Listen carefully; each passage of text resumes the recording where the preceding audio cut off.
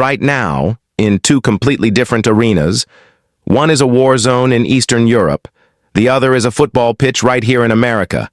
The United States is doing something no one thought possible. It is winning, on both fronts, simultaneously.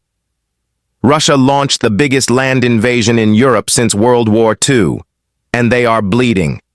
Over 1.1 million Russian soldiers have been killed or wounded.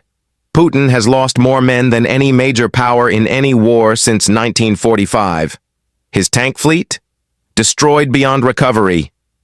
And while that's happening on the battlefield, the United States just kicked off the biggest FIFA World Cup in history, right here on American soil. 48 teams, 104 matches, and a potential $30 billion flowing into the U.S. economy. 2 wars, 2 arenas, 1 winner, and its name is America. Stay with me, because by the end of this video, you will never look at geopolitics and football the same way again. Let's go back to February 24th, 2022. Putin launched what he called a special military operation. Western intelligence agencies told their governments Kyiv falls in 72 hours. Ukraine would be gone in days. Russia had the 5th largest military on Earth, 900 fighter jets, over 12,000 tanks.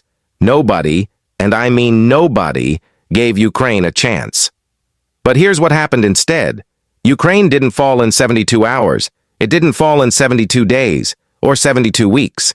And now, over 3 years later, Russia is still fighting, and it is losing in ways that have no historical precedent. Let's talk numbers.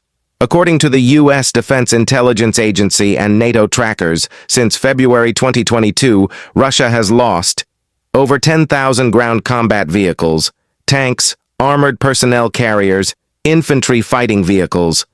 More than 3,000 tanks confirmed destroyed. That's more than Russia's entire operational tank inventory when the war began. They lost more than they started with. Nearly 250 aircraft and helicopters gone. And the big one, 1.1 million Russian soldiers killed or wounded, according to the UK Ministry of Defence's October 2025 estimate. By summer 2025, Russia was on track to hit the 1 million casualty mark, a number not seen since World War II. To put that into perspective, Russia is advancing in Ukraine at an average of just 50 meters per day. That is slower than the Somme offensive in 1916. World War I, and they're losing men at a rate that has shocked even their own generals. Now, here's where America enters the picture. The United States has provided over $51 billion in military assistance to Ukraine since the invasion began. Patriot air defense systems, HIMARS precision rocket artillery, the weapon that Ukraine used to destroy Russian ammunition depots miles behind the front line. Javelin anti-tank missiles, 155mm artillery rounds. The ratio of equipment losses tells the story. Ukraine has consistently destroyed Russian equipment at a ratio of 2-to-1 up to 5-to-1 in its favor. American weapons didn't just help Ukraine survive, they changed the physics of modern warfare. And remember, the U.S. did this without sending a single American soldier into combat. That is geopolitical judo. Maximum damage to your adversary. 0 American casualties. Putin wanted to prove NATO was weak. Instead, American weapons made him bleed for 3 years straight. Here's what most people miss about this war. Putin isn't just losing soldiers and tanks. He's losing Russia's entire economic future. By 2025, Russia's economic growth had dropped to just 0.6%. Its manufacturing sector is declining. It has no globally competitive technology firms.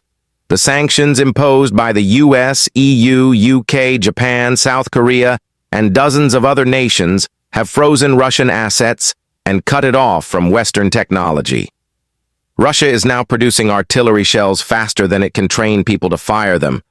But it's running out of the precision technology needed for modern weapons because it can't buy chips, can't buy components, can't access the global supply chain. Meanwhile, the countries arming Ukraine, the US, Germany, Poland, the UK, Their defense industries are booming. America's defense sector just received its largest investment cycle in a generation. The war didn't break the West. It made the West stronger. And the strategic picture is even worse for Moscow. Finland, which shares a 1,340-kilometer border with Russia, joined NATO in 2023. Sweden followed. For the first time in history, the entire Baltic Sea is surrounded by NATO members. Russia's Kaliningrad exclave, that little piece of Russia sandwiched between Poland and Lithuania, is now surrounded on all sides by NATO territory.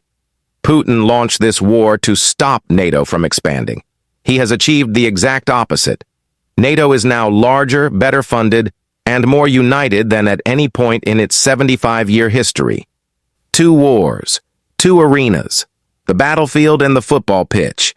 And in both of them, right now, in the summer of 2026, America is not just competing, it is winning.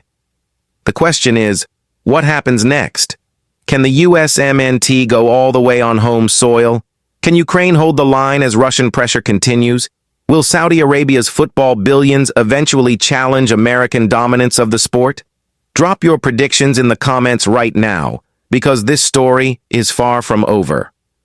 If this video opened your eyes to a connection you hadn't seen before, hit that like button and subscribe to Crisis Wealth, because next week we're going deep on how Saudi Arabia's $6 billion football takeover is actually a geopolitical chess move aimed directly at the United States. You do not want to miss it.